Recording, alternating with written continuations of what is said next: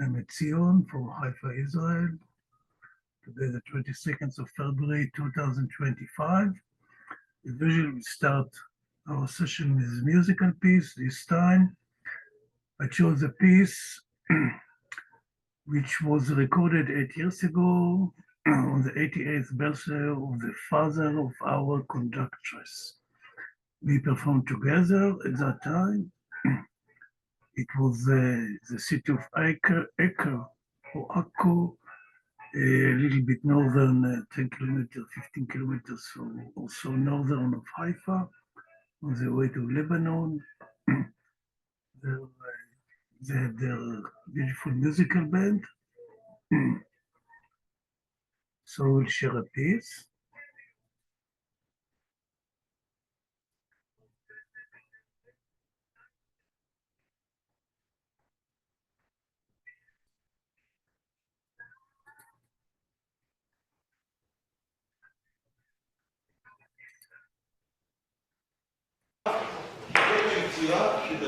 יש סולו מבריק, שתדעו לו שהיא חכמה, משפטנית טובה, ילדה מקסימה, וגם יודעת את זה. פושטה בשביליה.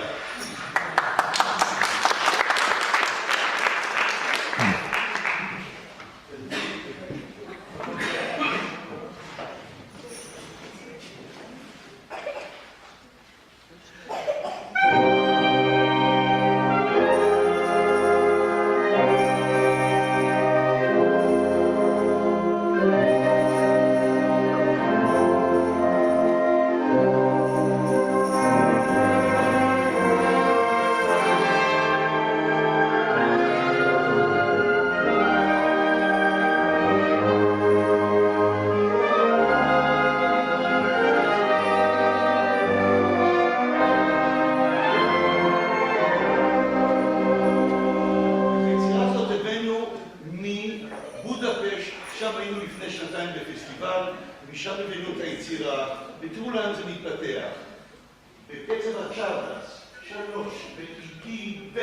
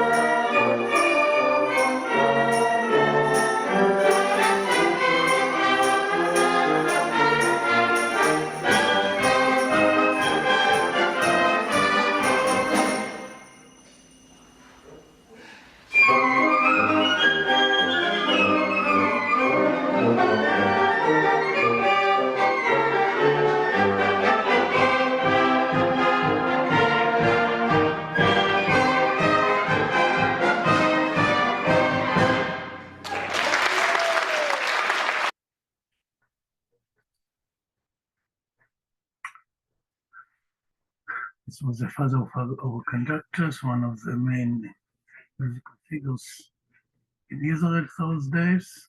And he was quite an exceptional human being. And again, each time I share a musical piece, I show you, demonstrate that few dozens of individuals, which I don't think they have any spiritual knowledge or background. I don't know if they're centered on the divine beloved, but very effective. That they are individuals who can work together with harmony and obey the conductor, the point of focus. And this is a prerequisite for the reconstruction of spiritual circles, which hardly appear on earth. And as long as these spiritual circles at a certain stage, a certain magnitude, would form the spiritual government on earth, and this would hopefully would reduce ignorance, bad karma on earth, and would lead humanity on the proper track, on the path. And on whatsoever complaints we have about present condition, we can point a finger only at ourselves, because we do not provide spiritual circles. Is what which the spiritual government cannot appear or reappear on earth. And the ignorance will only increase. Unfortunately, this is a natural law of karma. It's nothing, and that's the only way to change it. And the only thing we should do is to change ourselves and learn to work together with harmony, even as these few individuals, separate individuals, all of us, we separate, selfish to a certain degree, but still, in order to produce music, we're willing to put our egos aside and basically point to focus, otherwise there's no music. And this is a hint for spiritual circles. Okay. Now we'll go back to our reading of the book of Genesis. We are dealing with the life of Lord Abraham, the patriarch, the avatar, who came to sow the seed for the new humanity 3,500 years ago. I guess many of us know this story. Some of us maybe read these books in the local translations. I suspect now we're speaking the English-speaking people.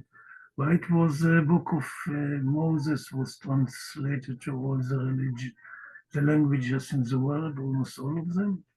One of the most popular bestsellers ever.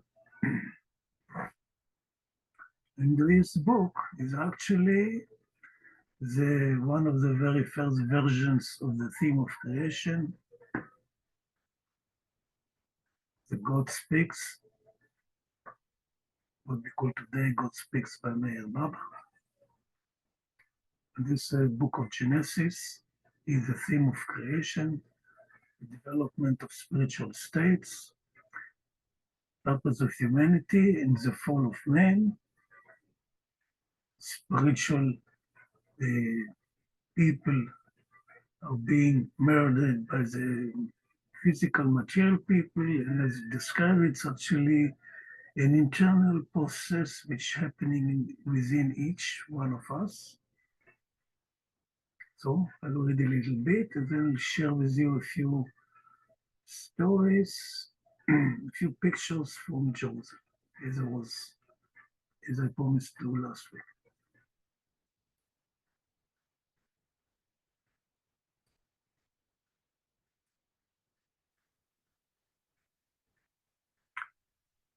Now we're telling the story of Abraham and Sarah. Abraham was commanded by the Lord to move to the land of Canaan, as it was called, the promised land. Today we call it the land of Israel. The land of Israel is the land of the God-man. Israel, the direct Actual meaning of Israel is a man of God, or to see the God, the God man. That's the real name of the place. Now we're dealing with the life of Lord Abraham, and Lord Abraham, the patriarch, came to sow the seed for the nations which would hopefully reconstruct the body of humanity, recreate a spiritual government which we destroyed in the story of the eating of the forbidden fruit. And if you just imagine during this performance of the musical piece, one of the players would start to play his own tune. The whole music would collapse, everything would fall apart, there would be an uproar, and people would start fighting between themselves. And this actually what happened in the Garden of Eden. Instead of performing the celestial music, we started to make changes according to our limited understanding. And that's the meaning of eating of the forbidden fruit. Not that we shouldn't gain knowledge, but we have to gain knowledge with true spiritual understanding, which we didn't have it at that time, and most of us don't have it now. And the Lord remembered Sarah, as he had said. Sarah was barren, she was already 90, Abraham was 100. And the episode before that, the angel of the Lord came and promised Abraham they are going to have a son next year. The Lord remembered Sarah as he had said, and the Lord did unto Sarah as he had spoken. And Sarah conceived and bore Abraham a son in his old age, at the same time of which God had spoken to him. And Abraham called the name of his son that was born to him, whom Sarah bore to him, Isaac. In Hebrew, it's Yitzchak. Yitzchak is laughter, to laugh, because when Sarah heard and Abraham, they heard the promise of the angel of God, they laughed. How could it be? And Abraham circumcised his son Isaac when he was 8 days old, as God had commanded him. And Abraham was 100 years old when his son Isaac was born unto him. And Sarah said, God hath made laughter for me. Everyone that heareth will laugh on the account of me. And she said, who would have said unto Abraham that Sarah should give children suck? For I have borne him a son in his old age. And the child grew and was weaned. And Abraham made a great feast on the day that Isaac was weaned. And Sarah saw the son of Hagar, the Egyptian, whom she had borne unto Abraham, making sport. 13 years before that, also, since Sarah was barren, she gave her a maid to Abraham. That was a custom those days. So if she didn't have children, so she would give her a maid or whosoever woman she wanted to her husband, and the child would be hers. Now Ishmael, the son, was mischievous. He was a hunter. He was, let's say, he was. The Torah said he was wild. I say he was natural. It depends how you read it. Wherefore she said unto Abram, cast out this bondwoman and her son, for the son of this bondwoman shall not be heir with my son, even with Isaac. And the thing was very grievous in Abraham's sight on account of his son. And God said unto Abraham, let it not be grievous in thy sight because of the lad and because of thy bondwoman. In all that Sarah says unto thee, hearken unto her voice, for in Isaac shall seed be called to thee, and also of the son of the bondwoman will I make a nation, because he is thy seed. This is the Arabic nation. Abraham arose up early in the morning and took bread and a bottle of water and gave it unto Hagar, putting it on her shoulder and the child, and sent her away. And she departed and stayed in the wilderness of Beersheba, in southern Israel. No, just in front, eastern of the Gaza Strip. And the water in the bottle was spent, and she cast the child under one of the shrubs. And she went and sat her down over against him, a good way off, as it were a bowshot, for she said, let me not look upon the death of the child. And she sat over against him and lifted up her voice and wept. And God heard the voice of the lad, and the angel of God called to Hagar out of heaven, and said unto her, what aileth thee, Hagar? Fear not, for God hath heard the voice of the lad where he is. Arise and lift up the lad, and hold him fast by thy hand, for I will make him a great nation. And God opened her eyes, and she saw a well of water. And she went and filled the bottle with water and gave the lad drink. And God was with the lad, and he grew and dwelt in the wilderness and became an archer. And he dwelt in the wilderness of Paran. And his mother took him a wife out of the land of Egypt. This formation was an Arabic nation, the Ishmaelites. Ishmael meaning listening to the God, listening to the God-man.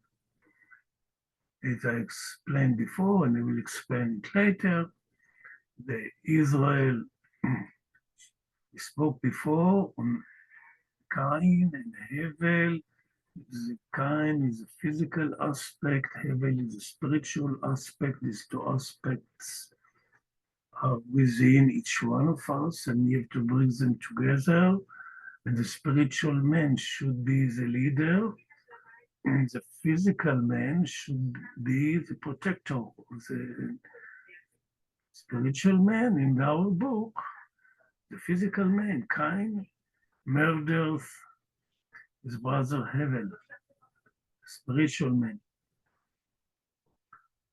And our work, what we have been doing since then, we are learning, the Torah came to re-establish the government of the spiritual people, the Hevel people. The question is, there are all kinds of questions when we read these strange stories, these very personal stories of the Avatar. There's many questions. Because Abraham was a multimillionaire in our times. He had, let's say, a few tons of silver and lots of gold and an army of 300 men. Why didn't send his son, let's say, with some caravan of camels and donkeys and sheep and money? And it might be that this story is the beginning of the hostilities between the Arabs and today, the Arabs and the Jews. Arabs, when they go to Mecca, they celebrated this story of Ishmael, how he was being abandoned and was supposed to be sacrificed to God, etc. Here appears the need to make a difficult decision which does not seem obviously moral. Expelled to the desert, the son who might be a disturbance for Sarah's son, wanting him to be one to succeed Abraham, ostensibly another dispute over property. Abraham was very wealthy. But the issue here is, from a spiritual point of view, Isaac is tasked with maintaining the Hevel dynasty on earth, and he must have priority. This is unjust as far as people's narrow view is concerned, but it is the right move. We will later see difficult decisions that seem immoral from people's narrow perspective. But in order to understand them, we need a broad vision that spans long periods of existence, a deep understanding of the cosmic plane, and direct contact with the members of the circle I call Yahweh Elohim. Yahweh Elohim explained it in the first chapter of Genesis. This is the fulfillment of the goal of creation with the individuals united again in the fraternity of the masters, like there are musical bands, all of them learn to work together with perfect accord. And this is actually the achievement of the goal on earth, not in some remote place. The ordinary person today has no such insight. It is here that divine plan of creating a two-faced nation is realized, the Israeli nation and the Ishmaelite nation, both of which play a central role in the restoration of humankind. The nation of Israel is supposed to create the spiritual circle of the sons of Hebel, who are supposed to focus people's consciousness on the superconsciousness, which is the goal of creation, and the sons of Ishmael are supposed to establish the circle of the sons of Cain, who are supposed to establish the physical hedge around the sons of heaven. In our story, the children of Israel. This was divine plan that was to be carried out through Abraham. It was only partially fulfilled when these two nations were created physically. But the spiritual work that was supposed to be carried out through them was hardly accomplished. These two nations must work in fellowship and harmony, like the two chambers of the heart, without which the physical body cannot exist. Both are necessary. It is not a matter of who is more or less important.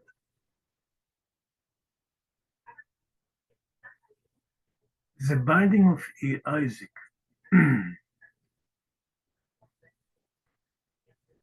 It came to pass of these things that God did prove Abraham and said unto him, Abraham, and he said, Here am I.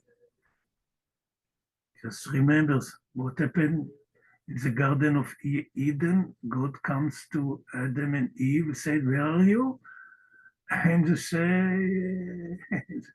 just escaped. They didn't say. If they would have said, Here am I, here we are, everything would be resolved instantly. That's all that we have to say. We looked face to face in the face of the Lord. Said, Here we are ready, we are responsible. By this exclamation, Abraham clears the scene of the Garden of Eden, the original scene. Here am I. And he said, Take now thy son, thy only son, whom thou lovest, even Isaac, against thee into the land of Moriah, and offer him there for a burnt offering upon one of the mountains, which I will tell thee of. This mountain is a Temple Mount, and where the Golden Mosque is presumably, supposedly, where this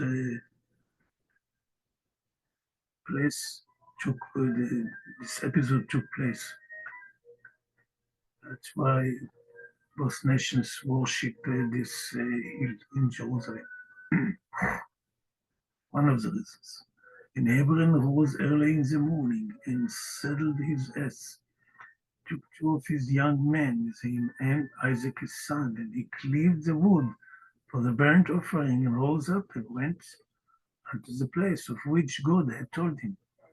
On the third day, Abraham lifted up his eyes and saw the place afar off, and Abraham said unto his young men, Abide ye here with the ass, and I and the lad will go yonder.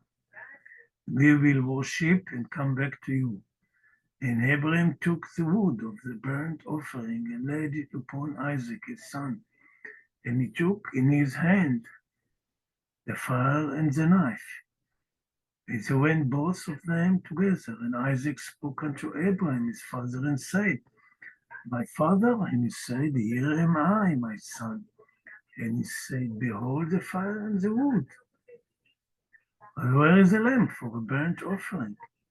And Abraham said, God will provide himself the lamb for a burnt offering, my son. So they went both of them together.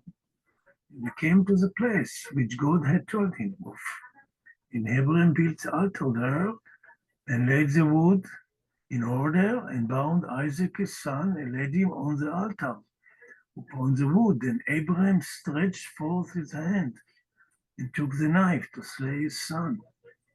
And the angel of the Lord called out to him out of heaven and said, Abraham, Abraham. And he said, Here am I. He is all the time saying, Here am I, here am I. He's always responsible. And he said, Lay not thy head upon the lad, neither do thou anything unto him. For now I know that thou art a God-fearing man. Think thou hast not withheld thy son, thy only son, for me. It's a very, very strange episode.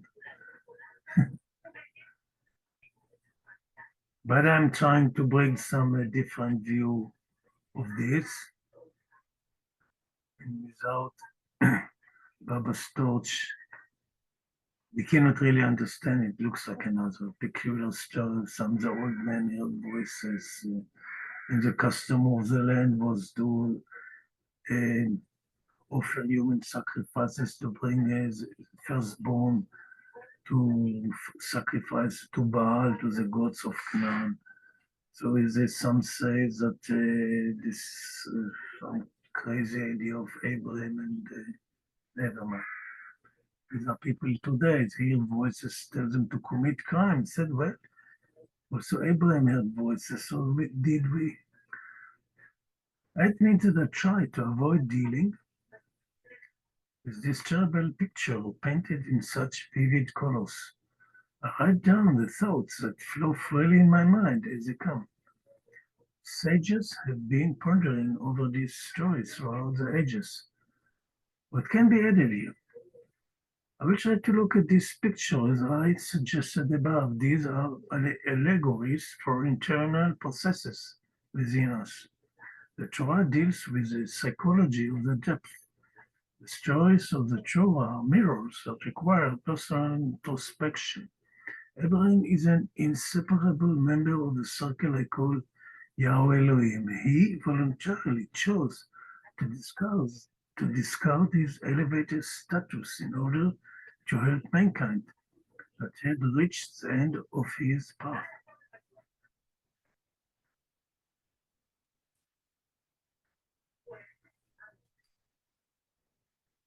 The idea that end of its path, the idea that God is a kind of vague being dwelling somewhere beyond the clouds is childish. The prevailing view in various religions about God has nothing to do with reality. Abraham's role is to renew the spiritual cycles on earth and also to carry out the decisions of the members of Yahweh Elohim circle. He follows these decisions almost automatically. He must slaughter his only son for whom he has prayed all his life. If he dies, his entire life's mission would go down the drain. Sounds pretty crazy that this entity we call God, an entity of supreme love and grace, has such a crazy idea in his mind. Actually, if you look at it deeply, Abraham is actually the head of this Yahweh Elohim circle.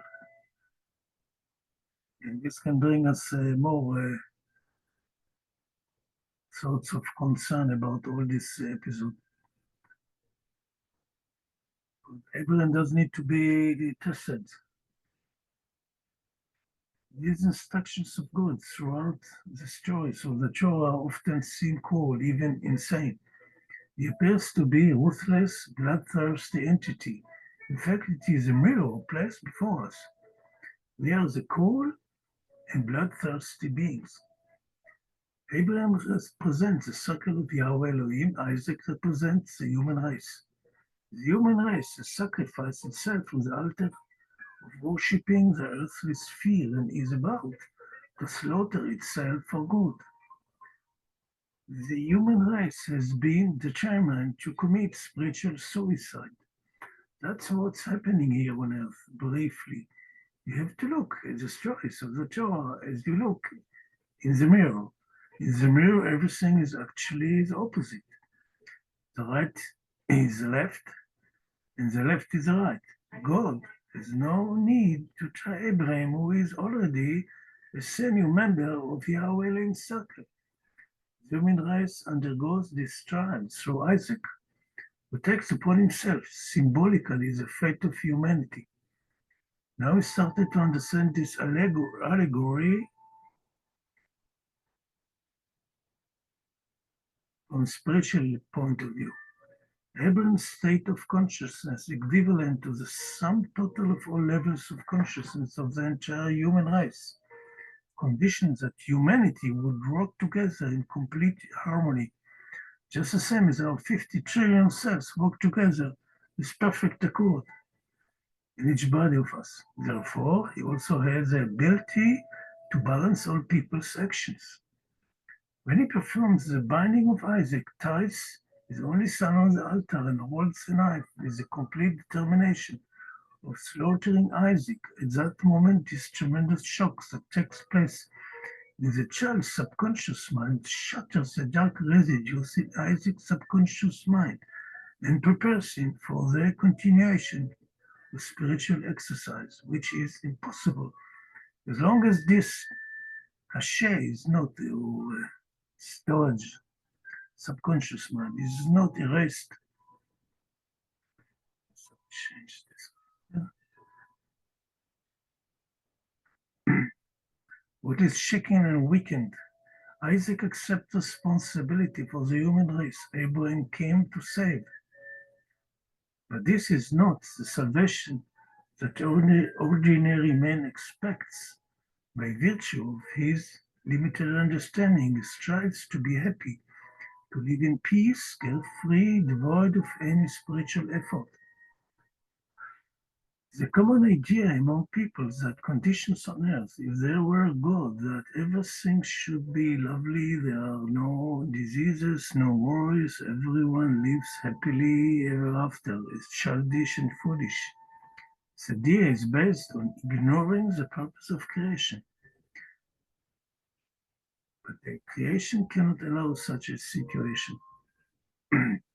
What Abraham achieves here is to change the course of human history, which was apparently on the verge of extinction, and to create the possibility of continuing the evolutionary processes. He sees the hundreds and thousands of people who later succeeded in climbing the Jacob's ladder.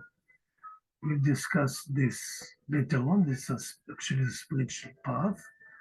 And fulfilling the purpose of creation, and this fulfillment is worthy of every sacrifice. In fact, the human race reached its end a long time ago. The flood story is just one episode. Many beacons that have befallen the earth and its inhabitants because of human behavior.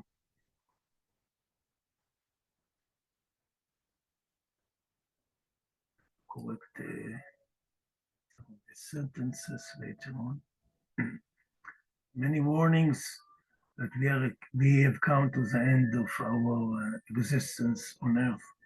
From the perspective of the cold laws of the cosmos unknown to science, and which physical science will never reach, when mankind is condemning itself to extinction. Humans actually broke the Jacob's ladder, the spiritual path, and created an impossible situation. It was a crazy decision by people. In this sphere, you can make such decisions, but every decision comes with a price. The story of the sacrifice is but a mirror of human madness. Breaking the Jacob's ladder means that the evolutionary journey of the infinite number of individuals in the cosmos cannot continue. What happens is that the infinite number of individuals are pushed with infinite force to complete this journey, which creates enormous pressure on the barrier that humans have created in their ignorance and stupidity. This ever-increasing pressure can blow up creation, and the result will be a catastrophe that all the holocausts that have occurred on Earth will be drove to nothing. This can be compared to a dam being built to block the flow of a river, but it is an infinite river whose power is infinite, and the dam is doomed to collapse.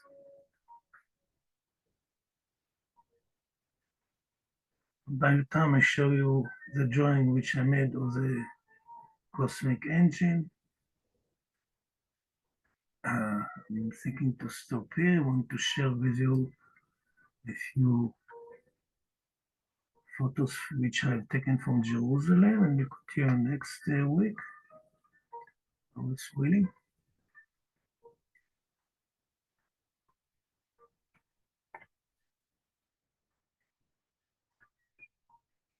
Okay, go back here. Let's see what we got.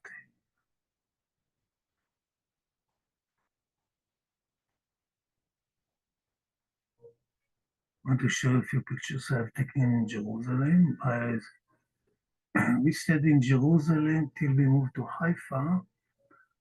I lived actually in Jerusalem more than 40 years. And for 20 years, we stayed in a town, a small village, we call it En Keren, and it's the spring of the vineyard.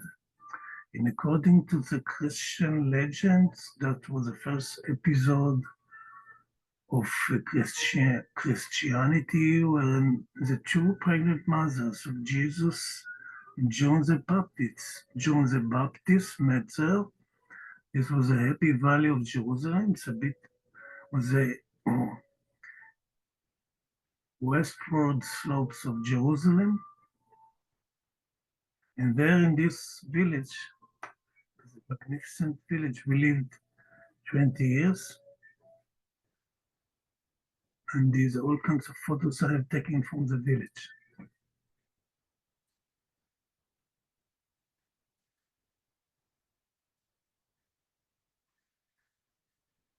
This is on the way up to the monastery of the Visitation.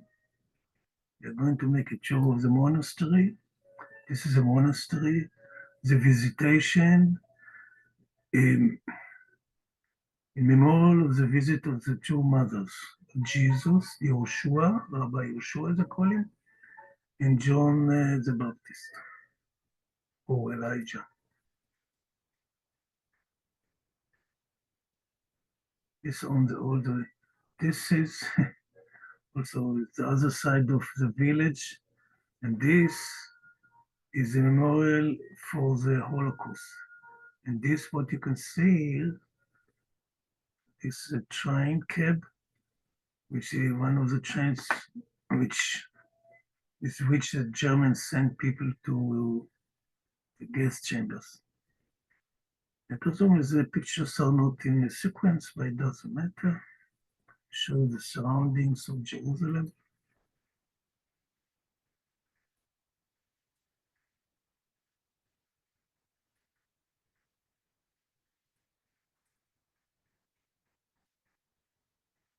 Yes, I made a walk towards, after this monastery, the Visitation. There is a main hospital in the Middle East, we call it the Hadassah Hospital. It's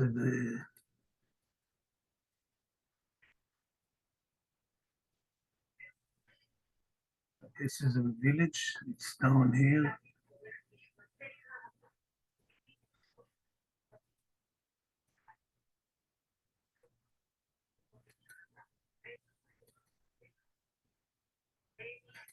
Right of the place.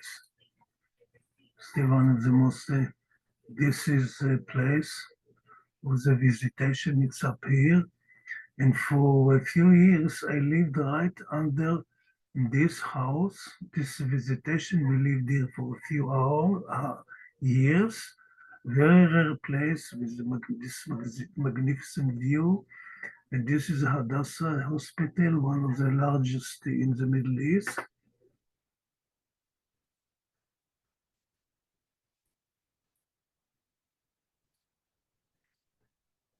Here I was walking down all the way up the mountain towards back. This is the center of the village. In this village, there are at least 8 or 10 Christian establishments. And the establishments kept the village pristine. You see these ancient terraces.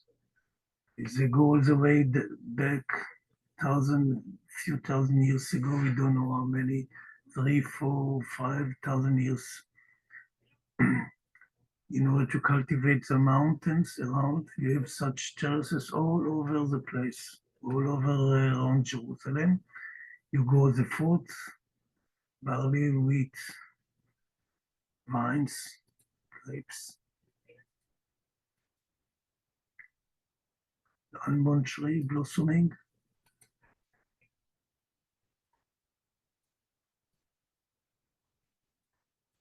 Actually going down the slope from east to the west, see, it's getting closer to the place.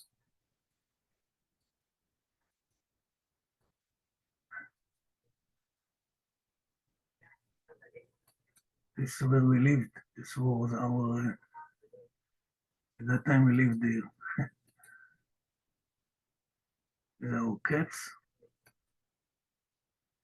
I continue going down to the monastery. This is a mosque. This is the center of the village of Kerem. It is no, this is not the mosque. Sorry, this is another Christian site.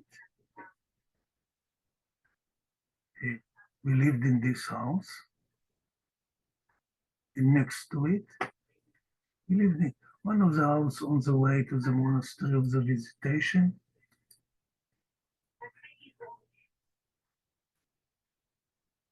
This is, I think, how I call it, for one of the disciples of Jesus.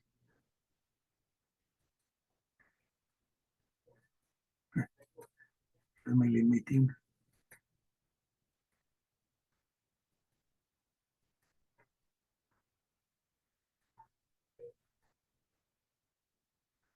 These are very ancient oaks, I think, from the very beginning of creation. From the patina, you can guess are very, very ancient. It wasn't touched. And I believe the prophets, the ancient prophets of Jerusalem were strolling here. This used to be the Happy Valley of Jerusalem. It was remote. Those days, this is completely pristine, untouched since the beginning of time, as far as we know. You are not allowed. This ancient the Roman road from Jaffa to Jerusalem. This is a Roman road. Goes all the way down to Jaffa. Of course, most of it was not preserved. You see, you really could drive on it. It looks still good, in a good condition.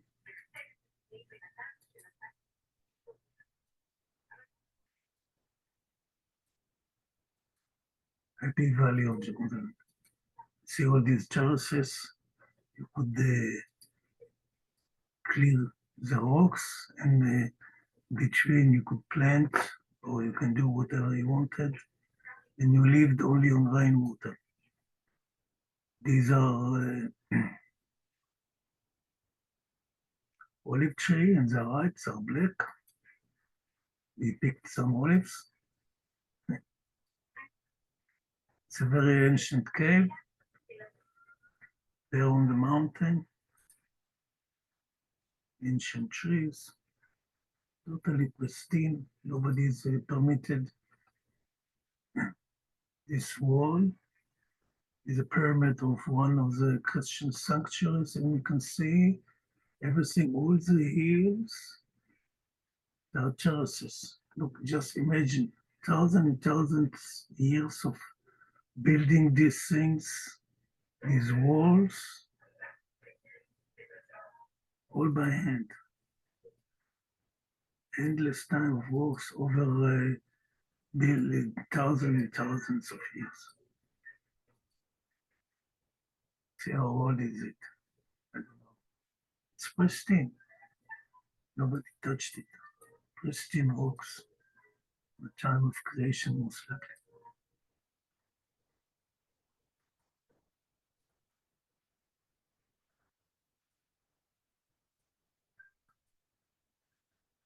It's the Roman road.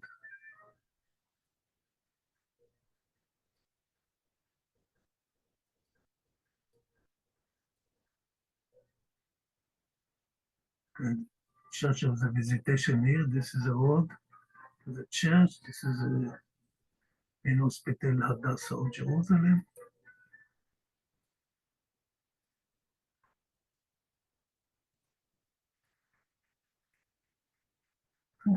Our lovely cats. Humidity living.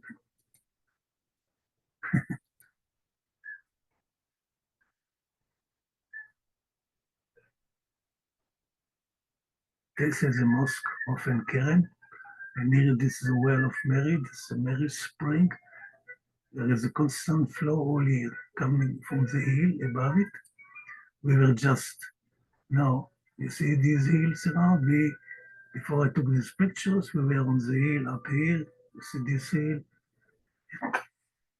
where I showed you the pristine places. This is the well of Mary. Water is flowing here. You see it's water all here.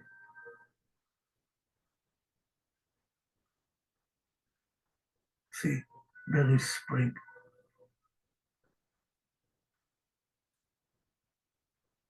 And we were strolling between the places here.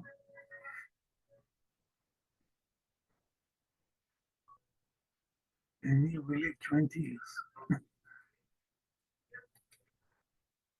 Charming, unbelievable, beautiful place. One of the most beautiful places in Israel, definitely in Jerusalem.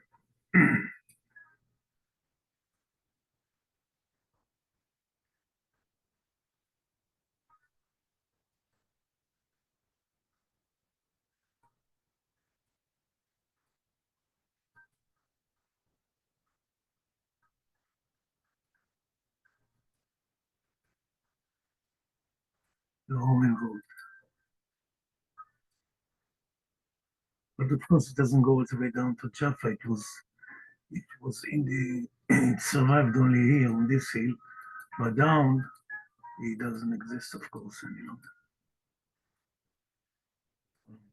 It was destroyed.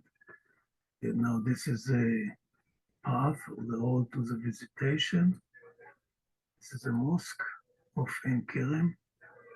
This is a visitation.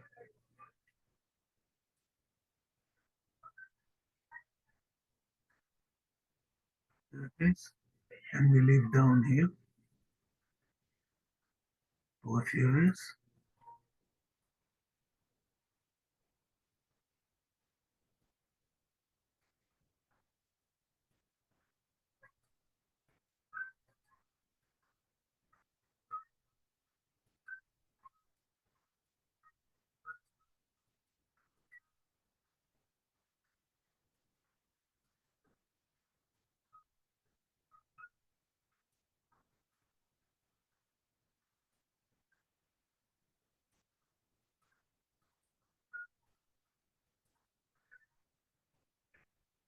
Of course, I took these pictures over the years. I said, this is a Russian church in the, I call it, the domes were coated with gold. Putin, when he came to power 20 years ago, he decided to finish the church or the monastery, which was decided to build in the beginning, I think, of the 20th century, I don't know when, and it was accomplished eventually. And we used to call there in the village the main espionage center of Russia in Israel.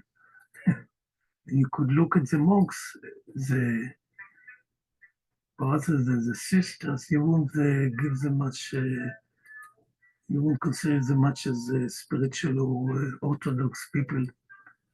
It's ancient olive tree. This is a lake of Enkeren. So but it's happening only during the winter. It accumulates, water accumulates. It's another monastery built by nuns, the nuns of Zion or something like this. Another fantastic place for recreation. You can rent a room there and make happenings. As you can see, we were traveling around the village and you see how beautiful it is, magnificent place.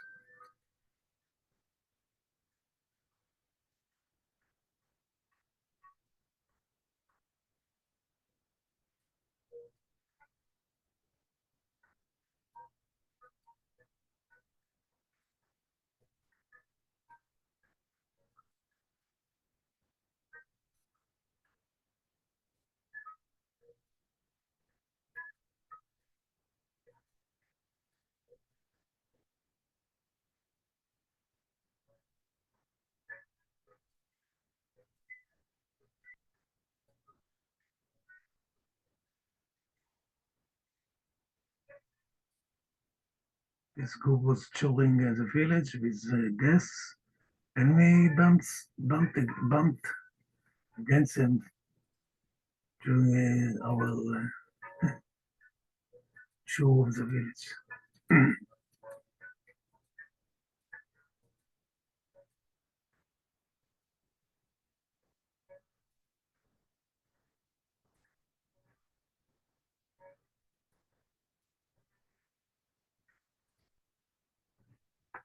There's a street where we live there, if I'm not wrong.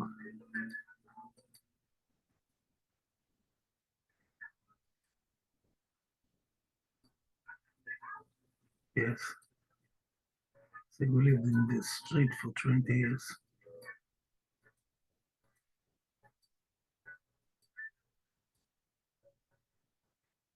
Here in this house, there was this kiosk just next to us. We live just here. It's our cat. She eventually came with us to Haifa and she died here. Our darling cat. She lived with us 19 years. I adopted her from the street there. Nice memories.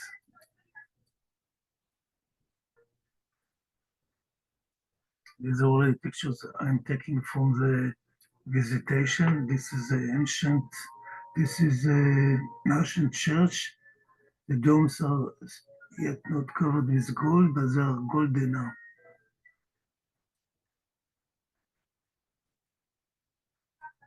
Putin took care of it at that time.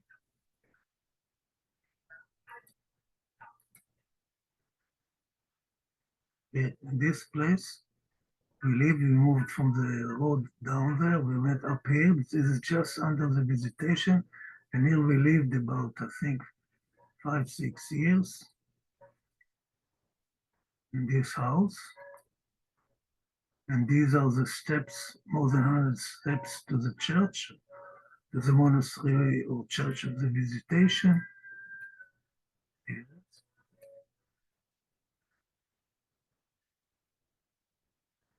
area. This is a place.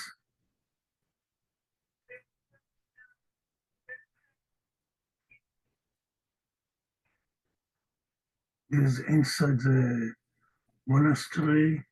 This is the ancient crypt from the original monastery from the 3rd century AD.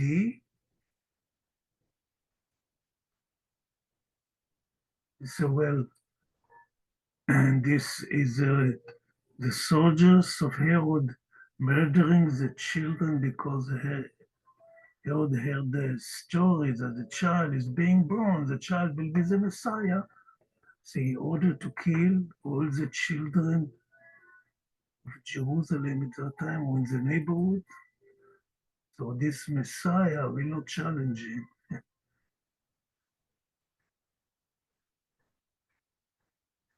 Here's the two mothers of John and Jesus meeting there in this monastery. This inside this crypt, that the crypt is original from the 3rd century AD.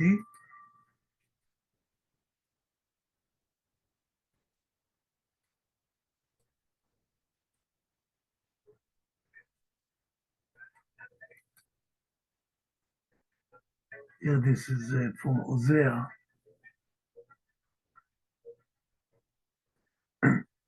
On the chapter in Hosea, which allegedly tells the coming of the new Messiah.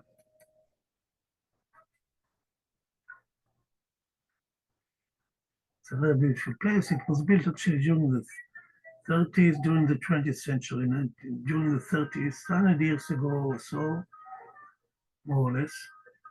Parts of them were built during the 19th century.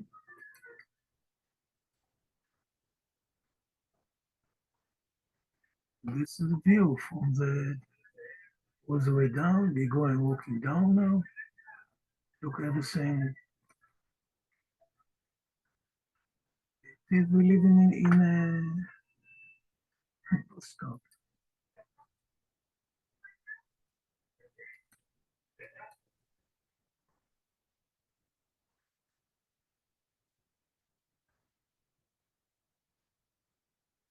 Okay, folks. Next week we'll share more pictures of Jerusalem, I believe. Thank you very much. See you next week.